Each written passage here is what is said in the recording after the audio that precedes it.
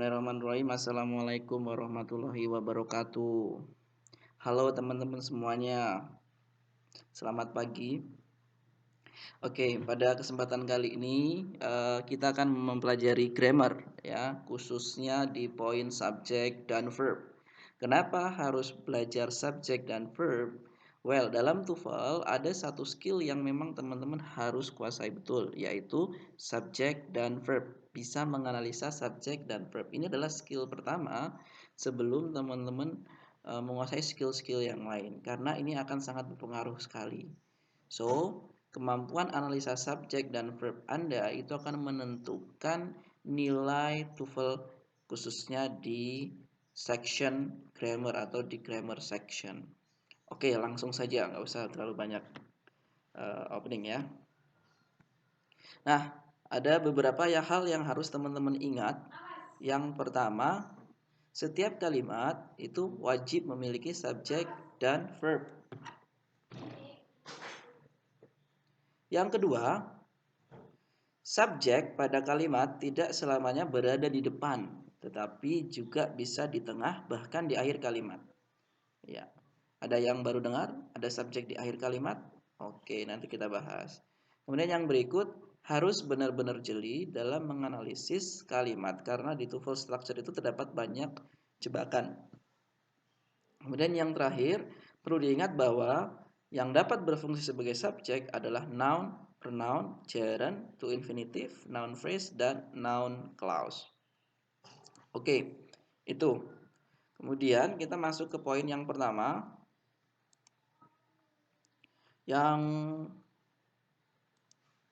Yang pertama adalah subjek ya. Subjek. Subjek itu apa? Subjek itu adalah pelaku. Ya. Kalau dalam sebuah kalimat maka dia bisa berupa kata atau frase. Intinya dia sebagai pelaku. Atau dia juga sebagai pokok bahasan. Itu adalah subjek. Atau penyebab sebuah perbuatan. Maka contohnya Andi makan donat. Nah, kita harus tahu siapa yang makan donat. Oh, Andi. Maka Andi adalah sebagai subjeknya. Oke, itu contoh sederhananya. Kemudian posisi subjek umumnya itu di awal, tapi juga subjek bisa berada di tengah atau bahkan di akhir kalimat, ya. Oke, kemudian ini adalah yang bisa berfungsi sebagai subjek. Yang pertama ada noun, yang kedua ada noun phrase, ada pronoun, ada to infinitive, ada gerund, dan juga ada noun clause. Oke, kita bahas satu-satu. Yang pertama itu noun. Noun itu ada dua jenis, teman-teman. Yang pertama berdasarkan wujud, berdasarkan jumlah. Berdasarkan wujud itu ada concrete noun. Concrete noun itu dia dapat diindra.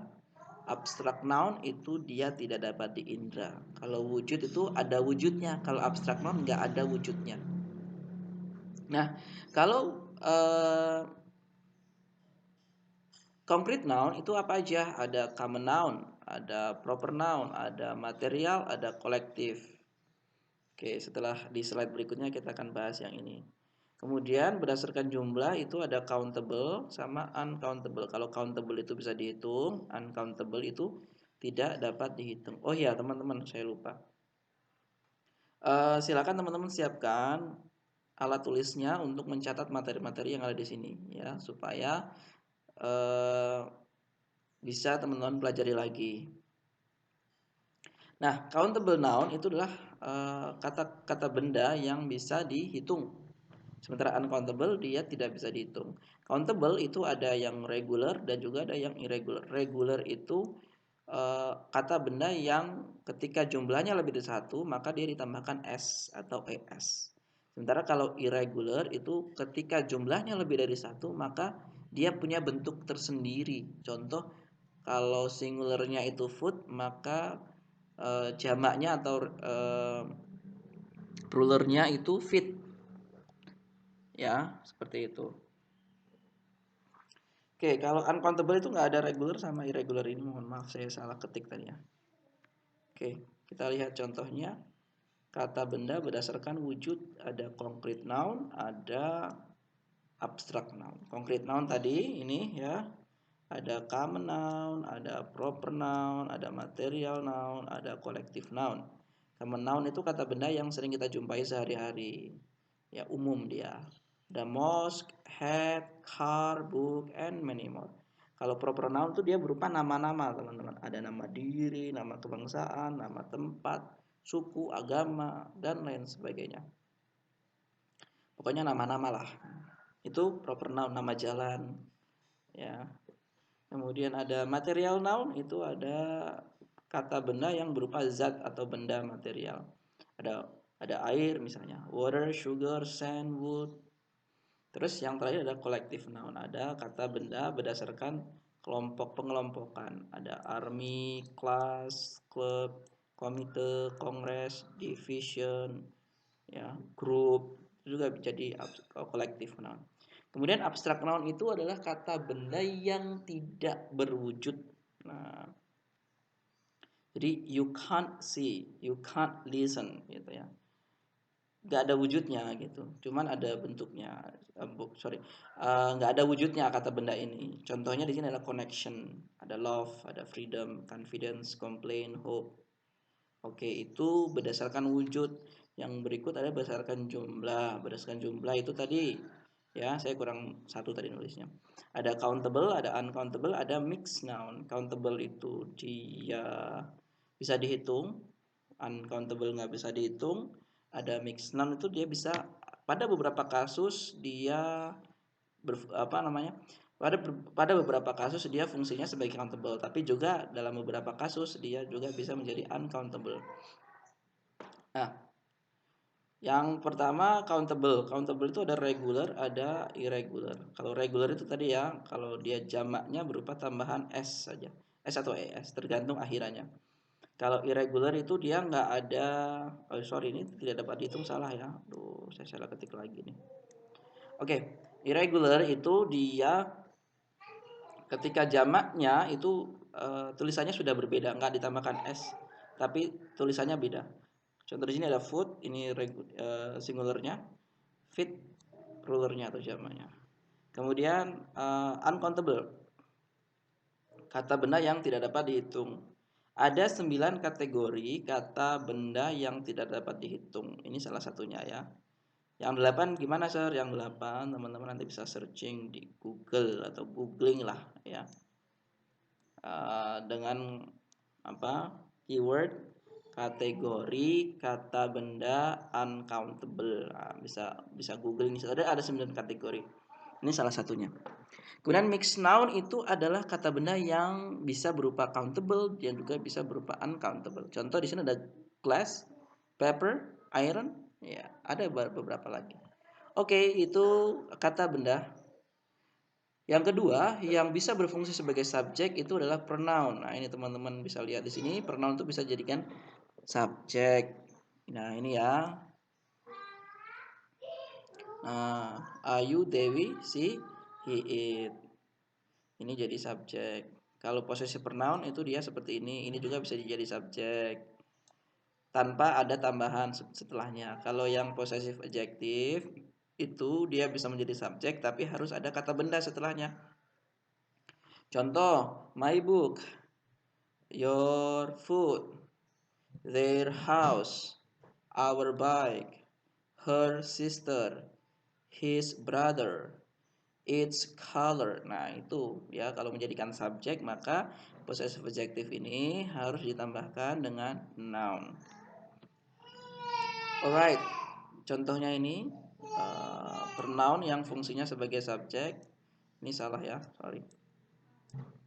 Di sini, she studies English with her children. We love this game. We need some pens. It is a luxury car. Ini subjeknya berupa pronoun she, we, he, it. Ini pronoun semua. Kemudian yang ketiga yang berfungsi sebagai subjek itu adalah gerund. Nah, gerund itu apa sih? Gerund itu adalah verb ing yang difungsikan sebagai noun. Nah, verb ing sendiri, teman-teman, for your information, verb ing itu nanti bisa mempunyai 3 fungsi. Salah satunya dia selain jadi verb, dia juga jadi gerund, dan juga yang terakhir dia bisa menjadi adjektif. Adjektif seperti apa? Nanti ada pembahasannya. Kalau yang nomor 3 ini, verb ing dia sebagai gerund. Gerund itu adalah verb ing, kata benda, verb ing yang difungsikan sebagai kata benda. Contoh di sini, going to campus is Rina's daily activity. Writing in a coffee shop is one of my tactics to increase my productivity. Making coffee is easy. Smoking in the room is prohibited. Nah, ini adalah subjek going, writing, making, smoking. Nah, ini subjek ya. Jadi, kita bisa menggunakan verb ing untuk subjek. Contoh apa ya? Kalau sekarang staying at home is a must. Contoh itu ya, staying at home. Tinggal di rumah merupakan sebuah keharusan. Nah, contoh lain, rebahan itu aktivitas favoritku. Gimana tuh? Laying ya, laying on the bed is my favorite activity. Nah, itu rebahan. Siapa yang lagi rebahan sambil nonton ini? Nggak apa-apa kalau rebahan sambil nonton ini ya. Oke, yang berikut ada to infinitive. Dia juga bisa menjadi subjek ya. To infinitive itu adalah to plus verb 1. Nah, to infinitive selain dia sebagai pelengkap kata kerja, dia juga bisa difungsikan sebagai subjek ketika letaknya dia di depan. Iya. Contoh, to make more money is my goal this month. To change our bad habits is an interesting challenge. To fly requires skill. Oke, kalau teman-teman perhatikan, ini verbnya ini tunggal semua ya. Iya, tunggal kan? Kenapa? Karena ketika subjek itu berupa to infinitive, maka verbnya wajib tunggal. Sama juga dengan gerund, ketika si subjeknya itu berupa gerund, maka verbnya harus tunggal. Oke, itu peraturannya. Kemudian yang poin kelima yang bisa menjadi subjek itu adalah klausa atau clause ya. Nah, perlu Anda ketahui bahwasanya klausa itu merupakan pembahasan di grammar ya, topik pembahasan yang paling tinggi di grammar. Nah, jadi ada 3 jenis klausa. Cuman saya tidak akan membahasnya di sini karena nanti ada waktu sendiri untuk saya bahas. Nah, cuman saya memberikan contoh aja. Jadi klausa itu susunan dari konektor subject verb. Ya. Konektor subject verb. Contoh di sini ya. Ada konektornya what she said was valuable. Apa yang dia katakan sangat berarti. When he will arrive is not certain. Kapan dia datang tidak pasti. Contoh kalau dalam bahasa Indonesia itu kamu adalah apa yang kamu lihat. Apa yang kamu lihat itu juga adalah klausa ya. Cuman dia jadinya sebagai objek. Ya. Kalau dia sebagai subjek, contoh dalam bahasa Indonesia seperti ini ya. Apa yang kamu suka itu kesukaanku. Nah, itu juga dia sebagai klausa, sebagai subjek. Terus yang terakhir adalah noun phrase. Noun phrase itu susunan dari adjektif plus noun. Jadi ada banyak jenis frase teman-teman. Salah satunya adalah noun phrase. Ada juga adjective phrase, ada juga adverbial phrase, ada prepositional phrase. Masih banyak. Cuman dari sekian banyak frase yang fungsinya sebagai subjek itu adalah noun phrase. Contoh di sini adalah the beautiful lady is here. Hot coffee is drunk by you. Oke, jadi rangkaiannya itu noun phrase itu adjective plus noun. Oke. Yang berikut adalah verb. Nah, verb itu ada 2 jenis. Ada dia dikategorikan berdasarkan jenisnya. Yang kedua dia dikategorikan berdasarkan bentuknya. Untuk jenisnya itu ada auxiliary verb, ada ordinary verb. Berdasarkan bentuk ada infinitive, present, infinite, ada verb 1, verb 2, verb 3, verb ing. Ya. Kemudian kita bahas satu persatu. Auxiliary verb itu adalah kata kerja bantu. Nah, kata kerja bantu sesuai dengan namanya, fungsinya itu sebagai pembantu kata kerja utama. Contoh kalau dalam bahasa Inggris, dalam kalimatnya seperti ini. I am watching Iron Man now. Saya sedang menonton Iron Man sekarang. I am watching Iron Man now. Nah, ada kata am sama watching. M di sini adalah to be, ya. Nah, to be di sini sebagai kata kerja bantu, dia bukan kata kerja utama. Nah, membantu si kata kerja utama itu I am watching. Nanti kata kerja utamanya tetap watching, ya. Kemudian ada do, does, did. Contoh, do you need some help? Apakah kamu butuh pertolongan? Do you need some help? Maka di sini do itu adalah auxiliary, need-nya adalah verb utamanya. Kemudian kalau modal, contoh, I will go to the shop tomorrow. I will go. Kata kerja utamanya adalah will. Kata kerja utamanya adalah go. Nah, will itu sebagai kata kerja bantu. Oke, itu ya auxiliary verb sama ordinary verb. Oke, jika masih bingung, teman-teman bisa tanyakan di grup atau bisa juga googling, ya. Googling contoh-contoh auxiliary kalimat yang menggunakan auxiliary verb atau contoh-contoh kalimat yang menggunakan ordinary verb, ya. Oke, yang berikut ini ada berdasarkan bentuknya, ada verb 1. Kita biasa sebut dengan infinitive atau present juga bisa. Verb 1 itu dia digunakan untuk menyatakan sebuah aktivitas yang dilakukan secara berulang-ulang. Ya. Present. Contoh, saya minum kopi setiap hari. I drink a cup of coffee every day. Maka drink itu harus pakai kata verb 1, drink. Nggak boleh drank, nggak boleh verb 3 juga nggak boleh.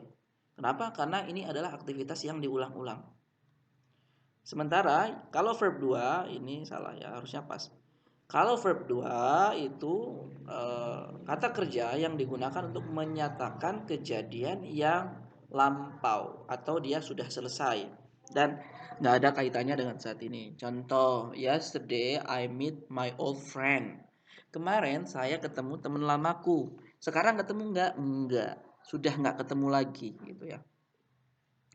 Kemudian kalau yang verb 3 itu dia menyatakan, dia kata kerja yang digunakan untuk menyatakan sebuah aktivitas yang sudah berlangsung dan masih ada efeknya sampai sekarang. Nah, itu perfect, ya.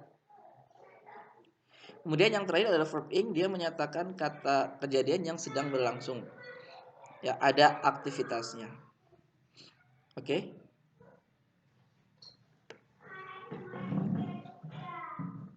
Kemudian yang berikut bagaimana? Sorry.